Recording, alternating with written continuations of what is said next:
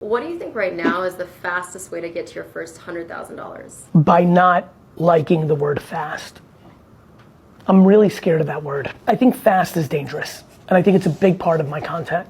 That's why I talk about patience. That's why I talk about self-awareness. The reality is, to actually answer you literally, the fastest way to get there is through self-awareness.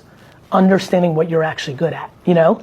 You know, like, what are you good at? You might be good at sales, you might be good at operations, you might be good at knowing everything about the Marvel universe, and that is actually your gateway to get there fastest, because it's through content or flipping stuff on eBay and stuff of that nature. So I think people try to chase trends, real estate, crypto, cannabis, AI. They're just constantly looking at these trends because they see them as things that will get them there fast.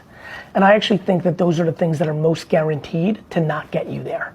So I think if we can get the word fastest out of everyone's mouth, especially under 30, and get the word happiest and most likely in there. So ask that question again by replacing fastest with happiest and most likely. Go ahead, let's do that.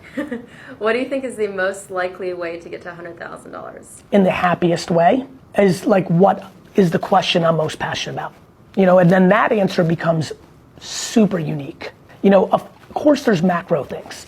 If you like selling, understanding e-commerce and social media is gonna really help. Obviously, if you really know how to use Shopify and you really know how to make TikToks and Instagram and YouTube Shorts, there's a real path to 100,000 selling almost anything.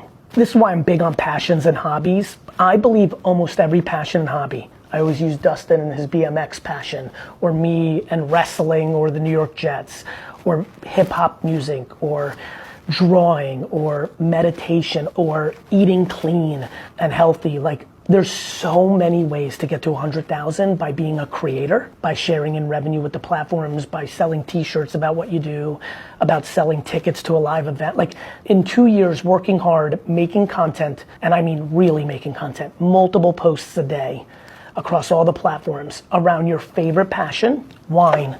I did that in 2006 when it was hard. And it can be very narrow. I mean, I really do believe in 2 or 3 years, you can make $100,000 a year just talking about Ohio State football, because your podcast and your content is a top 10 because you really knew it and loved it and you were good at it.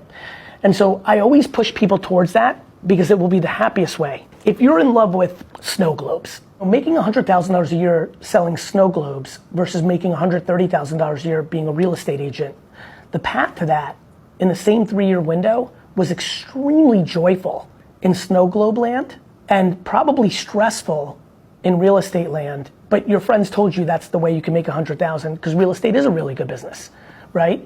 And so I think about this a lot, and I think the word fastest is the danger, because I think fastest leads us to doing things we don't love. It leads us to doing things because we love the idea of making money to do the things we love. Think about that. You have somebody in that scenario who wants to be a real estate agent so she can afford a trip to the National Snow Globe Conference and Convention and do it bougie. She's tired driving for 9 hours to it and staying at the Holiday Inn. She wants to fly first class and stay at the Four Seasons at the National Snow Globe Convention. And that is one of the reasons that she decided to be a real estate agent versus understanding what I'm saying, which is start the Snow Globe podcast, make tons of Snow Globe content, realize that there's millions of people that collect snow globes, start an affiliate eBay business, make t-shirts, get sponsors from the top 10 snow globe companies by emailing them and telling them a year in that you actually have an audience. These are things that excite me more.